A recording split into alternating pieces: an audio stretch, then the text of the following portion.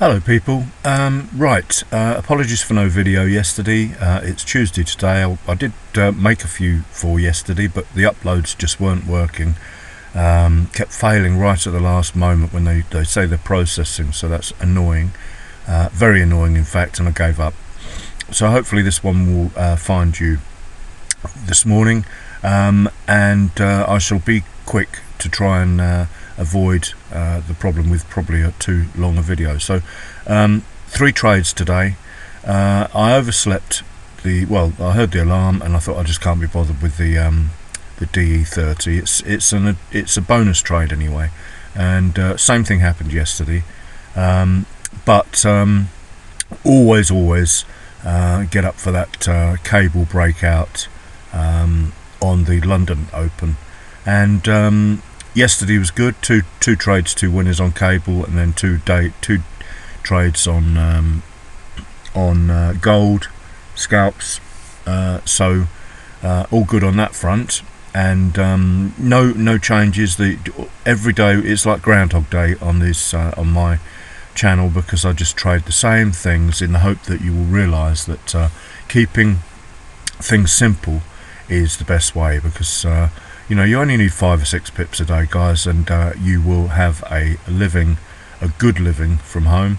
And then I treat every other winning trade as a bonus. As one of the guys says, he scalps the odd trades after his bread and butter trade, as it were, in order to build his account up for the failures. It's good philosophy, actually. I like it a lot. So if I make 5 days money in one day, then because my stops are slightly larger than the take profits, I like to give them room to breathe, the trades, then you don't you always end up having a cushion, as it were, and I'm not stress trading anymore anyway, because I trade like a potential machine now. It's just so second nature, and that's why you need to practice, and hope you use that strategy tester and trade simulator, and it gives you a better idea of what's going on. I mean, all you need to do is put a couple of these breakout boxes onto your charts and use the strategy tester accordingly. So anyway, quickly back to this trade. Apologies for digressing yet again. You can see what the first trade was. That was 6 pips net. The second trade was waiting for this to change colour, and that's a recent addition. I only used to sort of take the first trade and walk away, but because I've been using the strategy tester and taking more notes and looking at history, then I realised that these additional trades are just as safe as the first ones. So I wouldn't suggest that third one up there being safe at all. And as you can see, I took a tiny profit on that in terms of pips, half size really.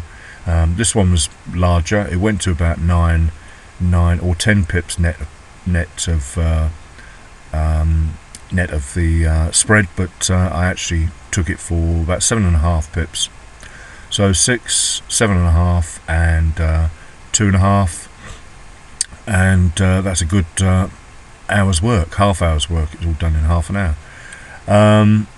What can I say more about this? Well, yeah, you can see clearly that I waited for that to turn green, the bar to close, and then I just hit it. This one I waited, I broke the green rule here. I felt it was going to go to this 4-hour bar here. I only literally wanted a scalp, as I say, a couple of pips out of that, and I got it, and it was based on the candlestick price action, based on this one really. And then what I wanted to see was a breakout of that high there, and I took it on the breakout, as you can see, and I was right to cut it short. It was a dangerous trade, and I'd changed the stop to on the EA, use an EA for my stops so that they're invisible to the broker. Don't want my tight stops to be hunted. But what can I say? Yes, what else can I say rather? Right, the ascending trend lines on here are drawn as prior to the price moving where it has so far. So in other words, I mean, that was on connecting those two higher lows that made higher highs. This one was related to this trade here, because I wanted to see if I didn't get the right colour configuration, as it were, change over for the entry, then I would expect it to bounce off here and I'd be waiting here. But when it comes back this far, you have to be monitoring the 5-minute chart to make sure you're in alignment with your indicators and MAs and so on and so forth. So always have that 5-minute chart open, which I did there, as you can see, just to show me the way on the higher time frames. And then this one has this later one was drawn the minute that high was broken there, because then we've got a new valid support level there. So I'm connecting two valid higher lows, higher lows, and that then becomes important when this pullback, consideration for trading this pullback here, which obviously never happened, and that's as a result of the candlesticks as much as the indicator there. Because if I zoom in and you look at the candles, there was never really any bullish candle, unlike this one here, real bullish, no a big engulfing candle and an outside bar outside the two previous candles, engulfing the bodies of 3 candles there, not the wick but the bodies. That was strong price action on the candlestick. Nothing like it at this stage here. And you know, if we could have, as I say, there was no consideration for bullishness there, then we would have been now in a 5-minute green zone. Let's have a look at the 5-minute start, red zone rather, gone from red to green. I haven't looked at this, so I might be wrong. Yeah, we're red, so we are totally out of alignment here. Note, we're in alignment with all of these trades here.